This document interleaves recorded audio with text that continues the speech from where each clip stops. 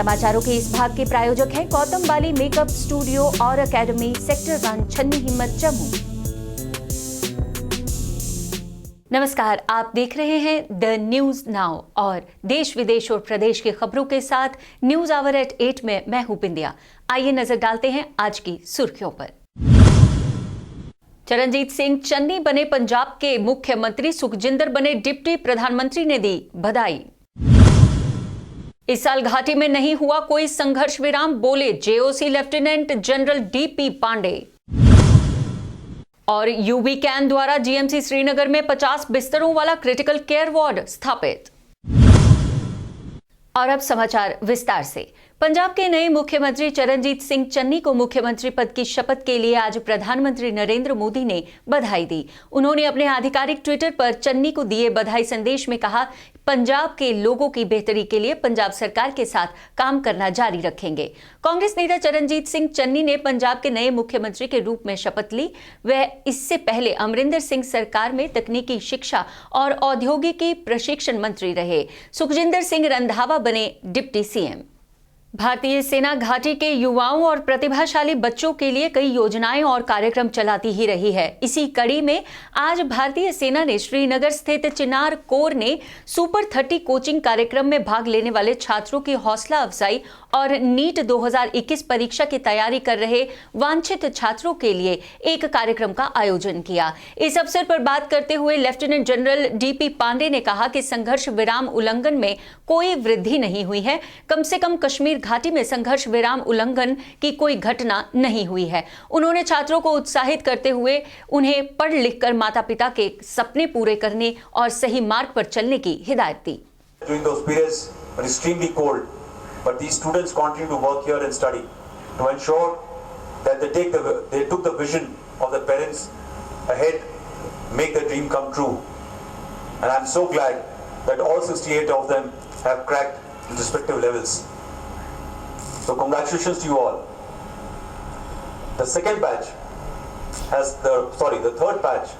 has gone through the COVID pandemic and yet has persevered to continue to study. I am given to understand that they all will come through in a very high level of bracket on the merit for the NEET examination which we just conducted.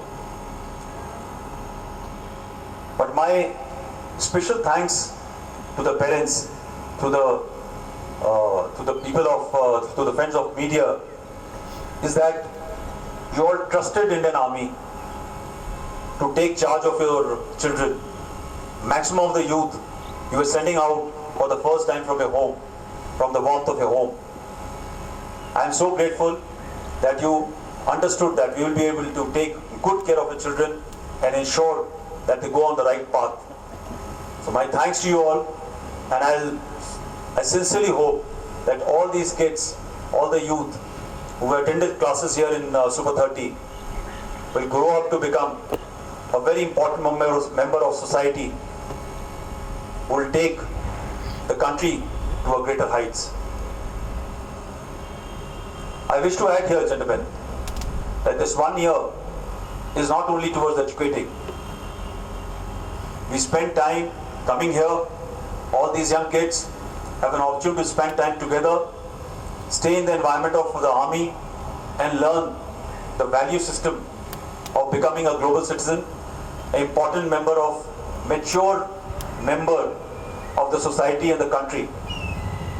It's an important facet. So I'll urge you all that once you succeed, you crack, you go through the process of becoming a doctor, go on and become a valuable member of our society, mature human being, and ensure that your country goes to the greater heights of glory. अपनी mission 1000 beds पहल के तहत अंतर्राष्ट्रीय cricket icon Yuvraj Singh द्वारा संचालित UV can foundation ने Accenture के सहयोग से श्रीनगर में सरकारी मेडिकल कॉलेज और अस्पताल में 50 क्रिटिकल केयर यूनिट बेड स्थापित किए हैं। इस पहल में अस्पताल के आईसीयू, वेंटिलेटर, बाईपैप मशीन, मरीज मॉनिटर, ईसीजी मशीन जैसी ऑक्सीजन सिलेंडर सहित चिकित्सा उपकरणों की एक श्रृंखला प्रदान करने के लिए एसेंचर द्वारा योगदान किए गए फंड का उपयोग यूवी कैन फाउंडेशन द्वारा किया गया। इस वर्चुअल डोनेशन में युवराज सिंह ने कहा, महामारी की दूसरी लहर ने देश के स्वास्थ्य ढांचे को प्रभावित किया। उस अवधि के दौरान अपने प्रियजनों की मदद के लिए आईसीयू बेड और ऑक्सीजन सिलेंडर जैसी अन्य महत्वपूर्ण देखभाल सुविधाओं की खरीद के लिए संघर्ष करते हुए लोग नजर आए।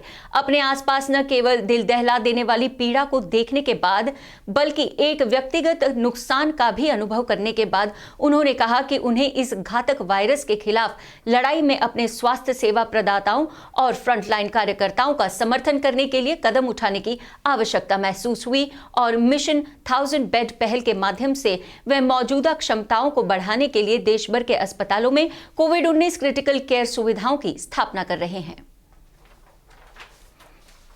दरियाए झेलम में बसी हाउस बोट्स पर्यटकों के लिए एक अनोखा आकर्षण बनती हैं, लेकिन कई बार एक आकर्षक करने वाली हाउस बोट दरिया के सटे नालों में डूबकर इनमें रहने वालों की जिंदगी के लिए खतरा बन जाती हैं। इसी का एक उदाहरण राजबाग इलाके में नजर आया, जहां झेलम में हाउस बोट के डूबने से 4 लोगों का परिवार बेघर हो गया और सड़क पर आ गया। हाउस बोट में रहने वाले इस परिवार का कहना है कि अक्सर इनके ये तैरते घर नदी के उफान से बने नालों में ढह जाते हैं, लेकिन उनकी कोई सुध लेने नहीं आता। आज इन्होंने टूटकर एलजी प्रशासन और डॉक्टर जितेंद्र सिंह से गुहार लगाई है और इनकी बेटियों वाले परिवार की सुध लिए जाने की इस गुहार में इन्होंने कहा कि इनके तैरते मकान को कुछ ठहराव दिया जाए।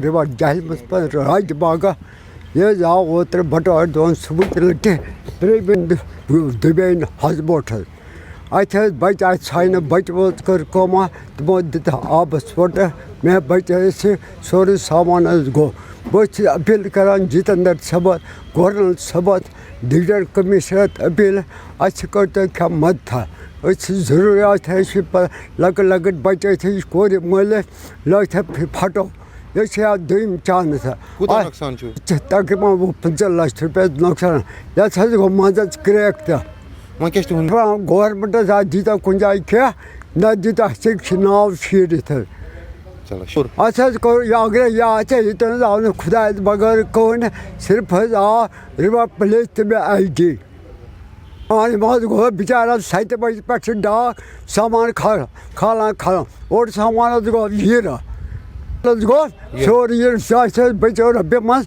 दपा तमल फलो चार लदर बचे मे बचे जोर पे वो तम बनान न बुलाया तो बचे वो हार्ट अटैक। उत्तरी कश्मीर के कुपवाड़ा जिले में लोलाब इलाके में आज दोपहर सेना का एक जवान शहीद हो गया। सूत्रों के मुताबिक कुछ गोलियां चलने की आवाज पर जब देखा गया तो जवान को मृत पाया गया। हालांकि आधिकारिक सूत्रों ने इसका आतंकी हमला होने से इनकार कर दिया है, लेकिन आधिकारिक तौर पर वजह की पुष्टि नहीं की गई है।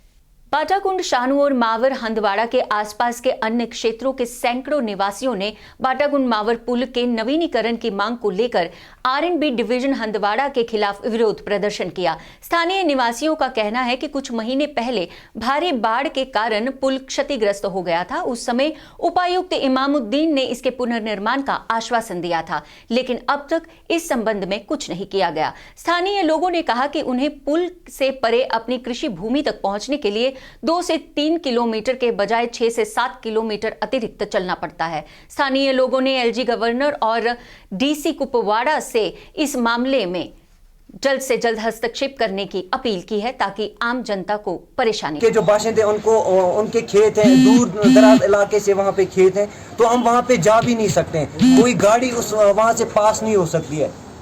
छोटे छोटे साइकिल पे हम विजिट करते थे इसी ब्रिज पे, इंजीनियर साहब ने भी बोला था, लेकिन वहाँ पे R&B डिपार्टमेंट ने उस ब्रिज को सीज कर दिया। वहाँ पे पैदल चलने के लिए भी रास्ता नहीं रखा है, तो अब हम वहाँ पे पैदल भी नहीं जा सकते। वहाँ पे नाले में पानी होता है, तो उस वजह से हम वहाँ पे पैदल भी नहीं जा सकते। तो आप वहाँ पे हमको काफ़ी ज़्यादा मुश्किलात फेस करनी पड़ती है। तो हम यही रिक्वेस्ट करते हैं कि वो वहाँ पे विजिट करें, इस ब्रिज की कंस्ट्रक्शन को इनिशिएट करें। अगर 2 दिन के अंदर अंदर इसका कोई इनिशिएटिव नहीं लिया गया तो हम प्रॉमिस करते हैं हम मावर की हाईवे जो है उसको ब्लॉक करेंगे। 3 दिन तक वहीं पे भूख हड़ताल पे रहेंगे। फिर डीसी साहब जब तक विजिट नहीं करेंगे वहाँ से उठने वाले पे कोई कदम नहीं उठाया, सिर्फ फेक प्रोमिसेस किए गए हमारे साथ। यही बोला गया कि 2 दिन के अंदर, 3 दिन के अंदर, 1 महीने के अंदर इसका काम स्टार्ट होगा। सिर्फ फेक प्रोमिसेस है। किसी डिजिग्नेशन है, किसी कंसर्न डिपार्टमेंट में इसमें कोई जो है इसमें अच्छे से कोई ख्याल पेश नहीं किए, वहां पे कोई बात नहीं की यहाँ तक हमारे साथ। रिलायंस स्टोर और वॉलमार्ट की जम्मू में होने वाली स्थापना के विरोध में 22 सितंबर को होने वाले जम्मू बंद का समर्थन करते हुए आज शिवसेना डोगरा फ्रंट द्वारा एक रैली का आयोजन किया गया। संगठन के प्रधान अशोक गुप्ता ने इस बंद का समर्थन करते हुए कहा कि इस तरह के बड़े व्यापार उद्योग जम्मू में ही खोले जा रहे हैं, कश्मीर में नहीं, जिसका सीधा अर्थ ये है कि जम्मू के व्यापारियों और दुकानदारों को नुकसान झेलना होगा और उनकी रोजी रोटी छीन ली जाएगी। उनके साथ बैठ करके चर्चा करें और रिलायंस अगर जम्मू के दुकानदारों को मार रहा है तो उनको यहाँ नहीं आने दिया जाए। दूसरी बात, ये जो छोटे छोटे दुकानदार अगर ख़त्म हो जाएंगे और जो है ये बेकारी बढ़ जाएगी। लेकिन हिमाचल के अंदर रिलायंस नहीं आया, पंजाब के अंदर नहीं आया, बड़ी स्टेटों के अंदर नहीं आया, तो फिर जम्मू के अंदर आने की क्या ज़रूरत है।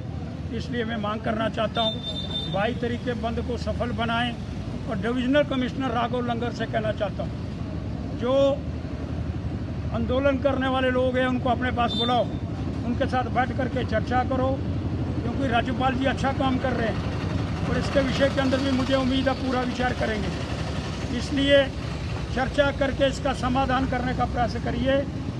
और चीफ सेक्रेटरी महोदय, आपसे विनम्र प्रार्थना कर रहा हूँ, आप और श्रीमान उपराज्यपाल जी जम्मू के दुकानदारों को नुकसान नहीं पहुंचाना चाहते हैं, इसलिए इसका समाधान करें और बैठकर टेबल टॉक्स करें और इस चर्चा को समाप्त करें और एक रिलायंस को दोबारा जम्मू के अंदर नहीं आने दें। समाचारों के इस अंक में इतना ही। अन्य जानकारी और नई खबरों के लिए आप देखते रहिए TNN वेब और पढ़ते रहिए द न्यूज़ नाउ का दैनिक अखबार और ई प्रिंट पेपर। जय हिंद।